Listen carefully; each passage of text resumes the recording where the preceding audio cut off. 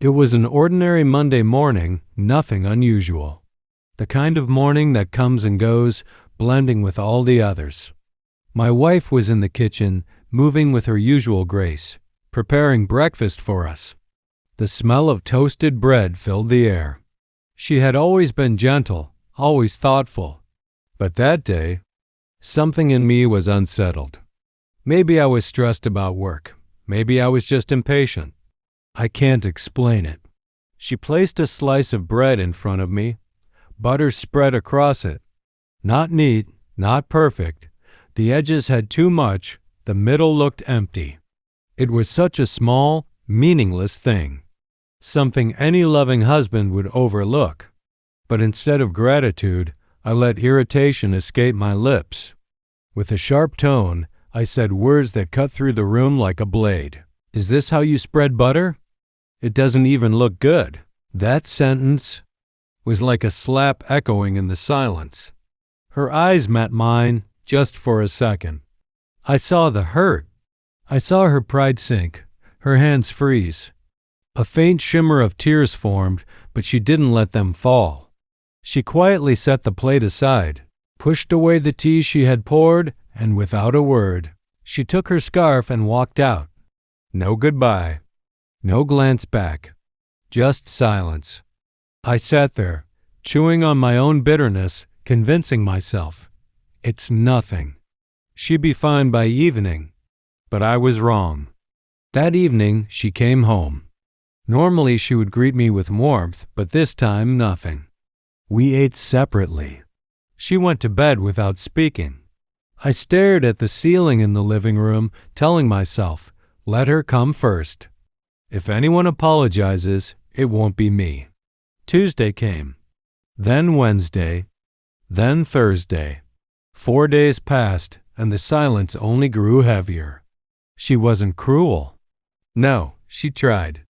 Sometimes she would glance at me and give me a small, soft smile. The kind of smile that used to melt my heart. The kind of smile that had made me fall in love with her years ago. But my pride, my foolish, stubborn pride, kept whispering, don't give in. If this fight is going to end, she'll have to be the one to say sorry. Thursday night, at dinner, she finally broke the silence. In a fragile, quiet voice, she said just one word. Hi. One word that carried all her longing, all her desire for peace. But me? I stayed cold. I didn't answer. I simply finished my food, pushed back my chair, and walked away. Even as I walked out, my heart screamed at me to turn back, to hold her hand, to respond. But I silenced my heart. I told myself, no, she must be the one to apologize. That night, when we lay in bed, our backs turned to each other, she began to hum a song. Not just any song, it was our song. The one we used to sing together on long drives, the one that always made us laugh. My lips almost moved. My voice almost joined hers. But once again, my pride chained me down. I shut my eyes tightly and pretended to sleep. And so, the night swallowed our silence. I didn't know then that this silence was the beginning of the storm. The days dragged on, heavy with silence. It wasn't that she didn't try, she did. But every attempt was so fragile, so gentle, and I crushed them all with my stubbornness. On Tuesday night, she brought me tea, just the way I liked it warm, with just a hint of sugar. She placed it in front of me without a word, waiting, almost hoping I'd thank her, or even just smile. But I sipped it silently, staring at the television, refusing to meet her eyes. I saw her lower lip tremble. I saw her chest rise with the breath she held back, trying not to cry. But she turned away quickly, hiding her face, and walked back into the kitchen. My heart wanted to run after her, to apologize, to say, I'm sorry. I love you. But my pride, my pride kept me glued to that chair. Wednesday was no different. She cooked dinner, placed the plates carefully, and sat across from me. She tried to break the silence with a smile. Her smile, it wasn't forced, it wasn't fake. It was soft, warm and beautiful. A smile that once had the power to calm every storm inside me. But I looked down at my plate, forcing myself to ignore it. I told myself, if I give in now, she'll never learn. She think I'm weak. And so I left the table, pretending I had work to do. Behind me, I felt her gaze sad, heavy, longing. But I didn't turn back. By Thursday, the distance between us had become unbearable. Our house was filled with unspoken words. Each wall echoed with what we refused to say. That evening, as we sat down for dinner, she finally gathered the courage to speak. Her voice was soft, hesitant like a child afraid of being scolded. She looked at me and whispered, "Hi." Just one word, simple, gentle. A bridge stretched across the chasm between us. And me? I tore that bridge down. I clenched my jaw, forced myself not to answer. I acted as though I hadn't even heard her. I swallowed the last bite of food, stood up, and walked away, leaving her there, her fork still in hand. As I stepped out of the room, my heart screamed inside me. Turn back, hug her, say something, anything. But my pride was louder. My pride told me she should apologize. She has to. That night, in bed, she lay on her side, facing away from me. The silence between us was so thick it suffocated me. And then she began to hum. It was our favorite song. The one we used to sing together during road trips. The one she sang while cooking, while cleaning, while laughing. That night, she sang it softly, her voice trembling, almost pleading. Tears welled up in my eyes, though I didn't let them fall. My lips almost parted, my voice almost rose to join hers. But then my pride tightened its grip on me again. Don't give in, it whispered. Stay strong. Let her come to you. So I turned my face to the wall, shut my eyes tight, and pretended to be asleep. Her humming slowly faded into silence, and with it, something in her faded too. I didn't know it then, but that was the last time I would ever hear her sing. The night was quiet, heavy, almost unnatural, the kind of silence that presses on your chest. I fell asleep quickly, my back still turned to her, my pride still clinging to me like chains. At around 3 a.m., I felt a soft touch on my shoulder, gentle, trembling, her hand. She whispered my name, her voice faint, broken. I half opened my eyes, annoyed. In my half-asleep haze, I thought she was simply seeking comfort, wanting closeness.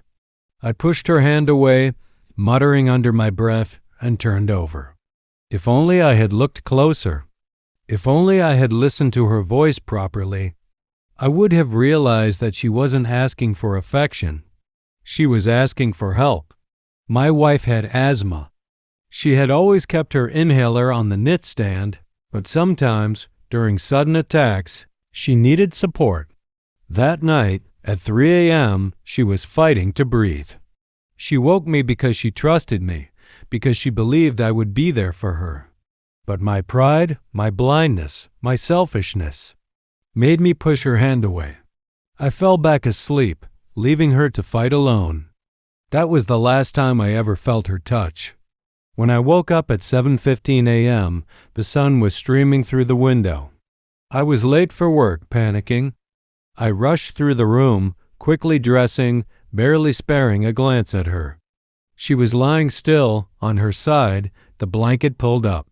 I assumed she was still asleep. I thought to myself, I'll talk to her tonight.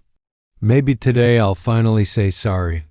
I grabbed my bag, shoved a piece of bread in my mouth, and walked out of the door, leaving her there. I didn't know. I was leaving her forever. The entire day passed in a blur of work and stress. I thought about her smile. I thought about her song. I even imagined surprising her that evening with flowers, maybe her favorite chocolate. I told myself, I'll make things right tonight. But when I returned home, something felt wrong. The door was wide open. The living room untouched, just as I had left it. the table still messy from the rushed breakfast. My chest tightened. I called her name, but no answer came. My feet rushed down the hallway, my heart pounding like a drum. And then I saw her, lying on the bed, in the exact same position I had left her in the morning. At first, I thought she was sleeping deeply. But then, my phone slipped from my hand. My knees grew weak. "Baby," I whispered, my voice trembling. I touched her. Her body was cold. Cold. I pressed my ear to her chest, desperate for a heartbeat. There was nothing. I shook her, called her name louder and louder, my voice breaking. "Please, wake up, please." But she didn't move. She didn't breathe. The truth hit me like lightning. My wife, my beautiful wife, had died while I slept beside her, and I had ignored her last call for help. I don't remember how long I sat there, frozen, holding her cold body against mine. My tears wouldn't even fall at first. It was as if my soul refused to believe what my eyes saw. I shouted her name over and over, my voice raw, but the walls answered me with silence. The silence I had chosen, the silence I had fed for days. Now it mocked me. Neighbors came. Paramedics came. Their faces told me the truth before their words did. "She's gone," they said gently. Gone. Just like that. The world around me blurred. Their voices, their movements, everything became distant. All I could see was her face, still, pale, lifeless. And then came the funeral. I watched as they lowered her into the ground, the sound of soil hitting the coffin echoing in my ears like thunder. Each shovel of dirt was like a hammer against my chest. I wanted to scream, to stop it, to beg God for one more chance.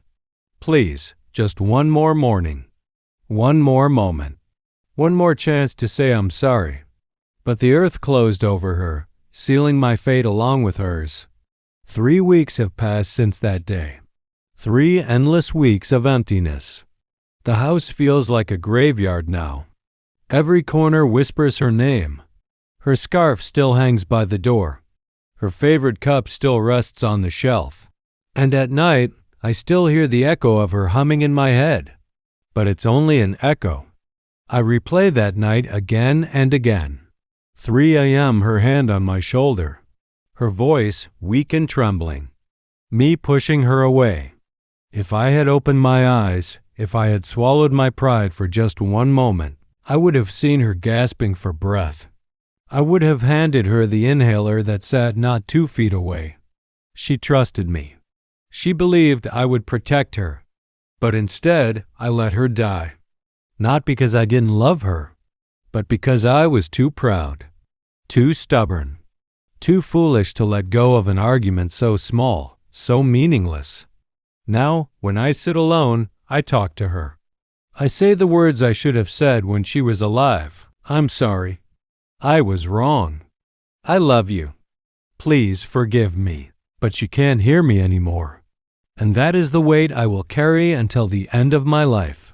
So if you're listening to me, if you're hearing this story, don't make the mistake I made. Don't let silence and pride steal the moments that truly matter. Say, I love you. Say, I'm sorry. Say it before it's too late. Because sometimes you don't get another chance.